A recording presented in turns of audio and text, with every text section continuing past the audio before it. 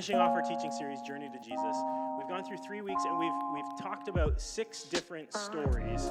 And these stories have had to do with people that Jesus interacted with, right? We talked about Peter, we talked about Bartimaeus, we talked about Zacchaeus, and we talked about these other crowds that Jesus was in.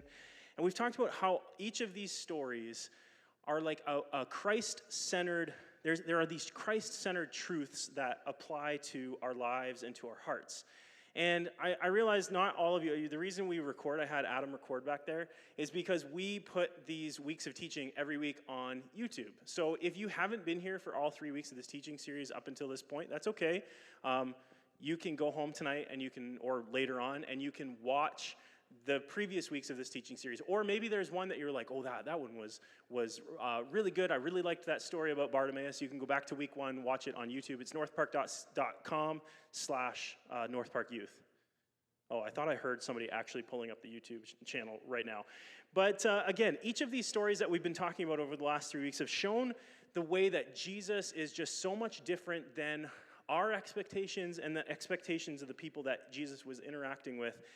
And oftentimes what Jesus was doing was kind of like rubbing people the wrong way. It was just not, again, not what people were expecting, but they didn't like it. And part of the reason was the fact that Jesus was like building up this following of people, right? And we're going to talk a little bit more about this later, but the things that he was preaching, the things that he was teaching, people were grabbing onto, and it went the opposite direction of what people were expecting in their everyday lives. He was counter-cultural, and eventually it would lead to his death on the cross, and we're going to talk about that tonight.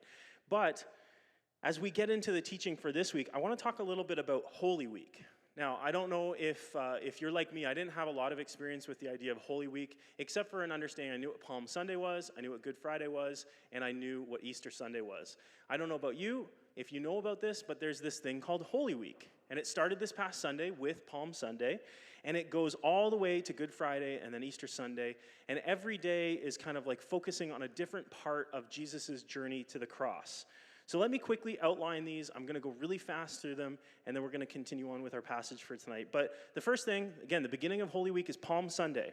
And we read in Luke chapter 19 about Jesus when he entered into the city of Jerusalem, and they call it the triumphal entry because he rode into the city of Jerusalem on a donkey. Now, this was different than what people were expecting. They expected him to come in on a war horse, this like crazy, magnificent moment to happen.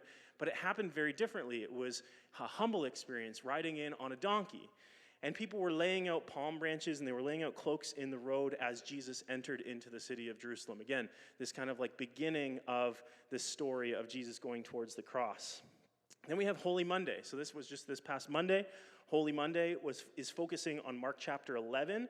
And we read about Jesus going into the temple in Jerusalem and turning over the tables and driving out money changers and pushing people out of this place of worship. And again, here's the interesting thing. We're not going to go deep into this tonight, but Jesus was actually reenacting something that the prophet Jeremiah did like 600 years earlier, where he went into the temple and drove out the money changers and flipped tables. So that's really interesting, something to think about. Then we have Holy Tuesday. So that was yesterday. In Luke chapter 21, Jesus is talking with his disciples, and he predicts that the temple will be destroyed. You think about that a little bit more because he's talking about himself. He is the temple, and it's going to be destroyed. And ultimately, he's talking about what's happening to him and what's going to happen to the rest of his disciples as he journeys towards the cross. Today is Holy Wednesday, and in Mark chapter 14, we read about the plot that the Jewish priests and Jewish leaders had to kill Jesus. Again, Jesus had this message that he was preaching to everybody who wanted to hear it, and he was preaching something that was very different than what the Jewish priests and the Jewish leaders were teaching. And it rubbed them the wrong way. It drove them nuts. And so they saw again how it was building momentum, and people were kind of shifting their focus away from what these Jewish leaders were teaching towards what Jesus was teaching.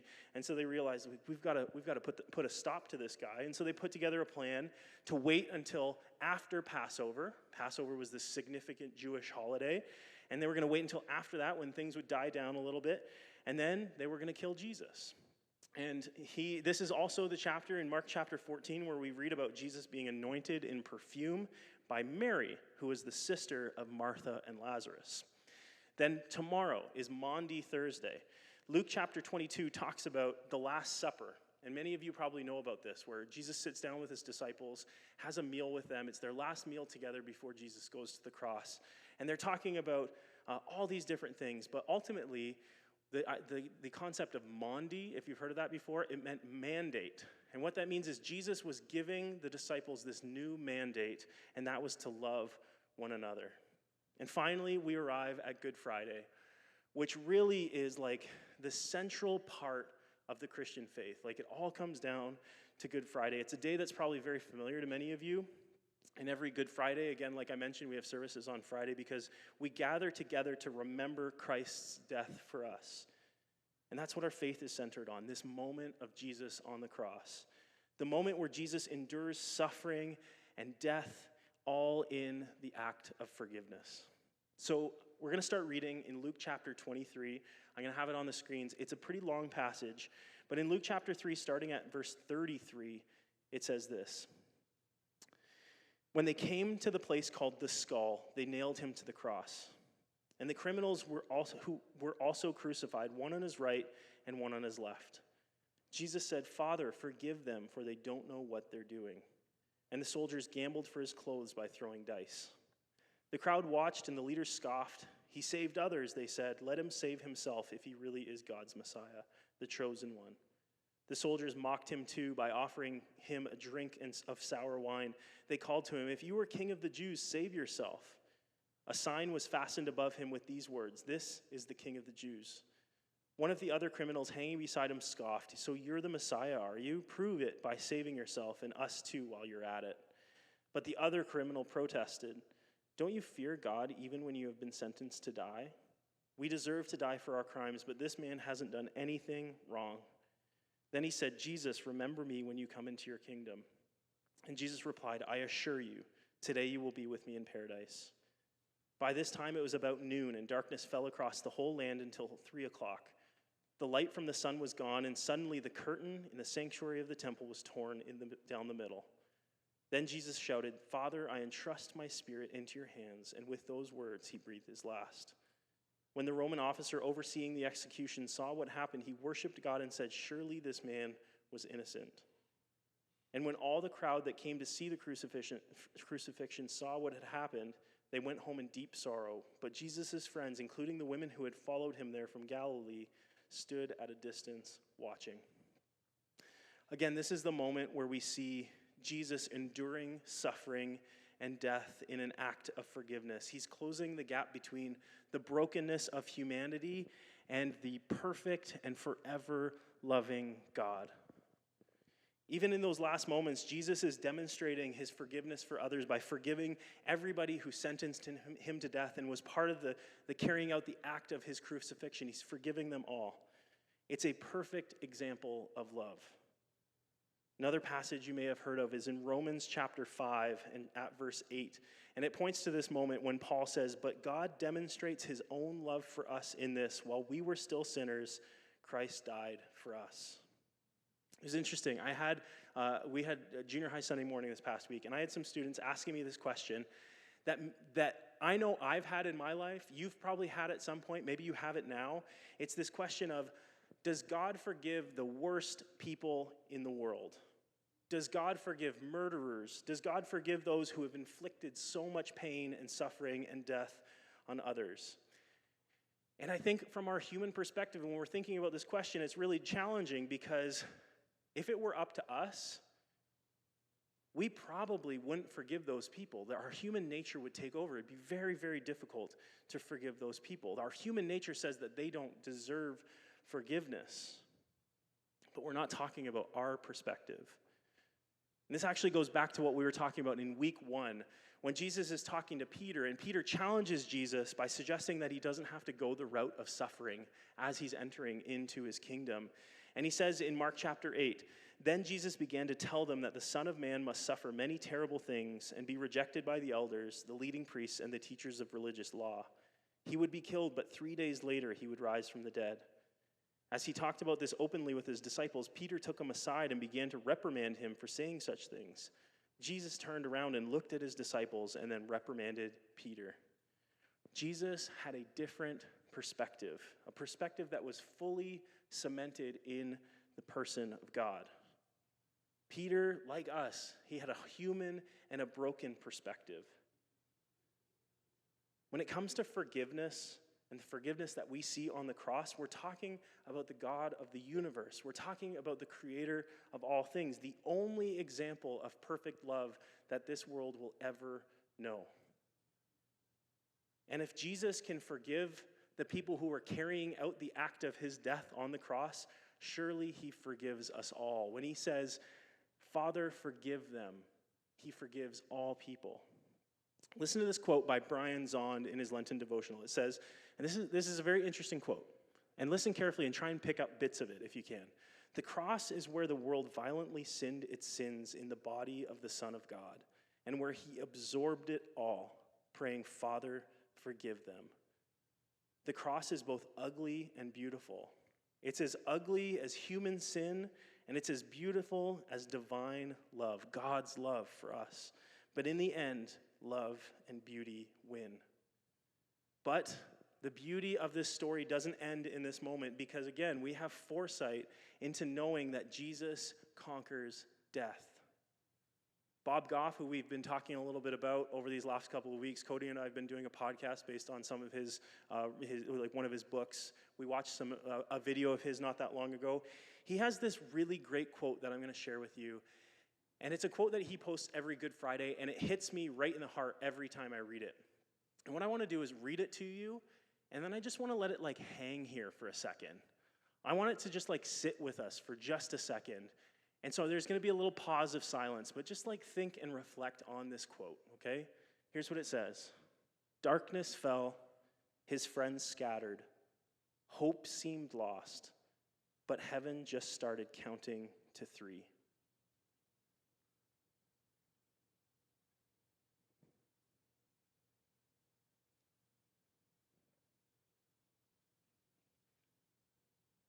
I'm going to keep reading at John chapter 20.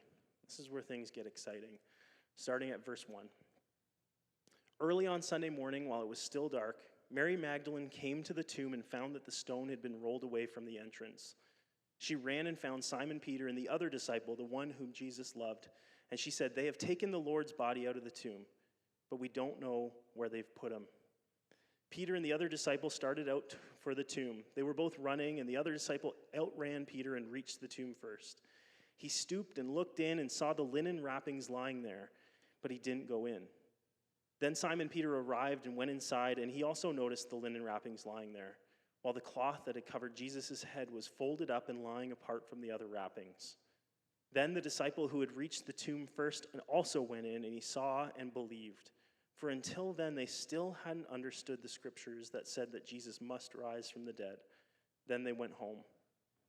Mary was standing outside the tomb crying, and as she wept, she stooped and looked in. She saw 2 white-robed angels, one sitting at the head and the other at the foot of the place where the body of Jesus had been lying. 'Dear woman, why are you crying?' the angels asked her.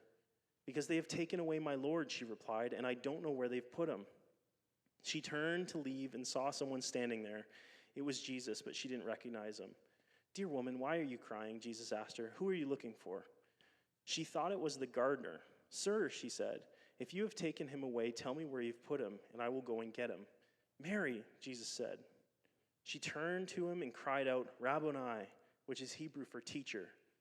'Don't cling to me,' Jesus said, 'for I haven't yet ascended to the Father, but go find my brothers and tell them I am ascending to my Father and your Father, to my God and your God.' Mary Magdalene found the disciples and told them, 'I have seen the Lord.'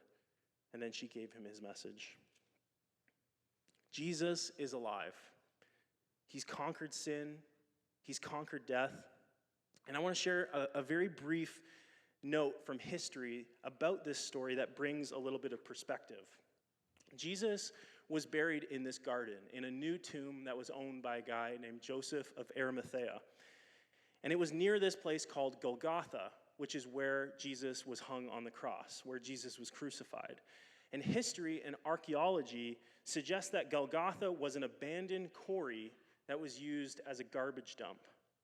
So Jesus was crucified in a dump and then buried in a garden. And so as we read in that passage, Mary Magdalene comes to find Jesus, and she mistakes him for a gardener, but really, this wasn't a mistake at all. Jesus is a gardener, turning dumps into gardens. Jesus is a gardener who takes our sin and our brokenness and turns it into something beautiful. Jesus is the gardener who gives life to all people. Again, Brian Zahn says this in his book, "Gardeners handle living things with living hands. Jesus is not afraid to get his hands dirty in the soil of humanity." And then he goes on to say, "I promise you that life is not so blighted that Jesus can't nurture you into something beautiful." It's not so blighted to say that Jesus can't nurture you into something beautiful. Tonight, I need each person in this room to know something. God has something better for each of us when we actively seek relationship with him. If you came into the room tonight and you have no interest in Jesus or what that means or his story means for your life, that's okay. But I want you to know that Jesus is ready for you to turn towards him. Jesus wants to nurture you into something beautiful. If you came into the room tonight and you're hurting, you're looking for something more, but you don't know what it is, Jesus is ready for you to turn towards him. He wants to nurture you into something beautiful. He wants to give you a purpose. He wants to give you belonging. He wants to give you an identity that's rooted in him. And if you came into the room tonight and you feel pretty good about your relationship with Jesus, maybe you feel like it's thriving, maybe you feel like it's on a good path, I want you to continue on that path. Continue to pursue him because he will never stop pursuing you. He wants to nurture something beautiful in you.